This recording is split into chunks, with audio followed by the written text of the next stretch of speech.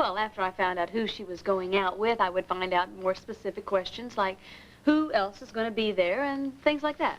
I'm not going to ask her any of those questions. I'm going to tell her who she can and cannot hang out with. I'm her parent. That means I'm in charge. Okay. Do you guys see where the point of disagreement lies? Yeah, she thinks it's a good idea for a 16-year-old to plan her own first date. That's the stupidest thing I've ever heard.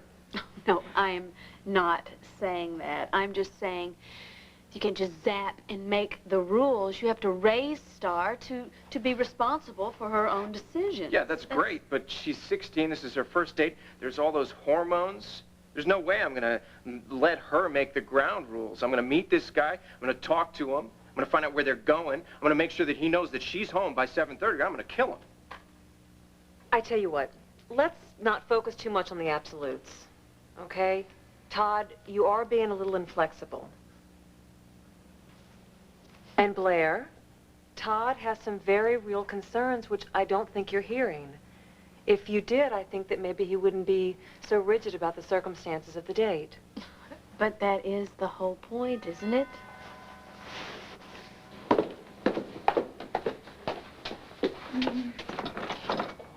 Mrs. Lord, hello. Meet Mr. and Mrs. Bentley. How do you do? I'm so sorry. I tried to reach you, but something has come up, and we're going to have to reschedule. Oh, sorry, we won't be able to do that, Mrs. Lord. Mr. Bentleys are on the way out of town. Now, why don't we just take a few minutes? Dennis, you know what? I think that we are getting really way ahead of the game here.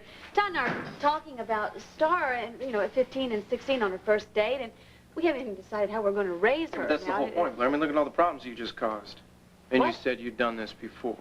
I understood that you were in quite a hurry to sell. Now, these people are able and financially willing to go ahead and make a very fast deal.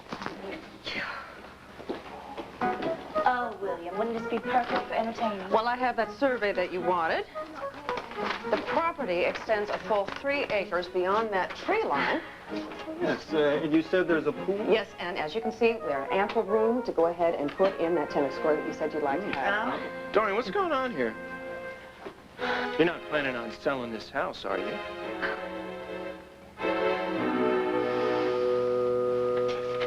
Oh. Lovely. And after you've looked at the south wing, make sure that you take a walk around the property and take as much time as you like. Pleasure meeting you. Thank you very much. I can't wait to show you this. Oh, please excuse me. You see, I really wanted to find out what this house is worth in the current market because I'm considering buying a bigger place.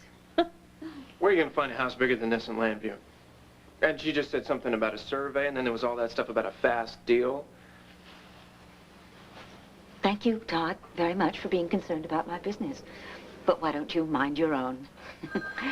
Excuse me, I'll get that. If it's all right with you, would you? Yeah, go right ahead. Hello? No, I'm sorry. No, you cannot show the house today. Certainly, yes, but not today. Well, that's one way to sell a house.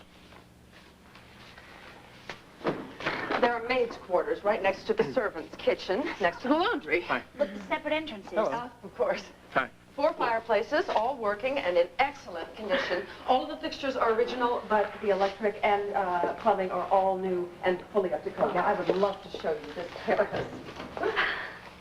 Just fishing, huh? Well, the truth is that, Dorian is actually thinking about selling this place, yes.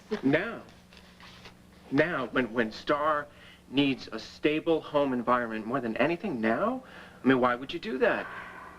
Unless, of course, you're broke. Are you?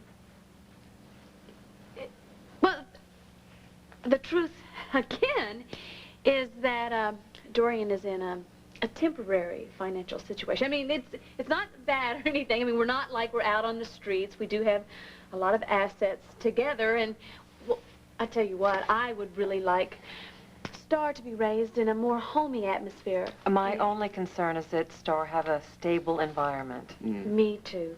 Me too, absolutely. And she does have that. She will have that.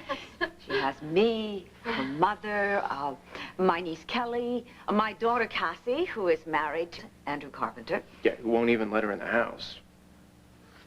He's very fond of you, though, isn't he, Todd? What else would you like to see? I'd like to look at the wine cellar. Oh, of course. You know, I don't think that we're going to get much work done here today, so why don't we just go ahead and reschedule when they're done, finish painting my office? Well, whatever you think is best, I'll show you the door. Hey, I'll tell you what. Why don't I give you a ride to the outside world? We can chat in the car.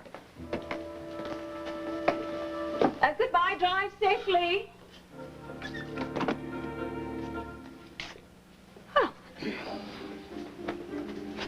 I don't think that was too much of a disaster, do you? Are you kidding, Dorian? That was a total fiasco.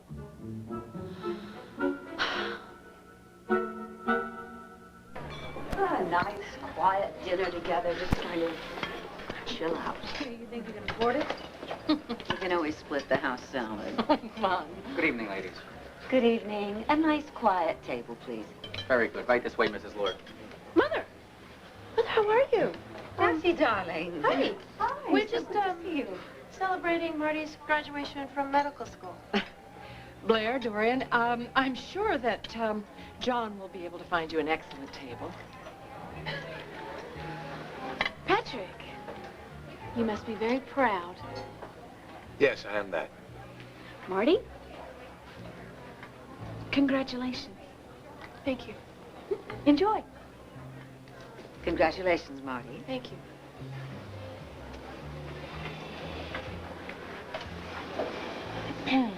Well, of all the things I expected to hear coming out of Blair, congratulations wasn't one of them. She almost sounded sincere. I think she may have been.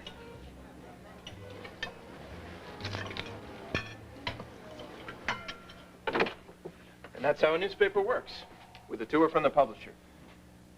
Well, thank you. That was a fascinating tour. You want to take your coat? Thank you. Yeah. You want a drink or something? No, thank you. I'm fine. Yeah, me too. You know, I didn't want to say anything before in front of Blair, because I know that all of this business is really upsetting for her. What business is that, Mr. Manning? Well, I don't know all the details, but it seems pretty obvious to me that Blair and Dorian are having some kind of a big financial problem. I mean, Dorian's selling the house, and I know that she wouldn't do that unless she were desperate. I can't imagine what could have happened. I mean, Dorian is rolling in money. At least she was. I mean, I know that Blair has depended on her for every penny since she got to Landview. I mean, I don't really have a problem in that department. I'll always be able to provide for my little girl. But, you know, I'm worried about what kind of effect this is going to have on Star. I mean, if Blair is, you know, really on the brink like that. Mr. Manning, I've never been a believer that money makes somebody a good parent, nor does it really help in providing a loving home environment. Well, of course not. But you know how babies are. They pick up on everything around them.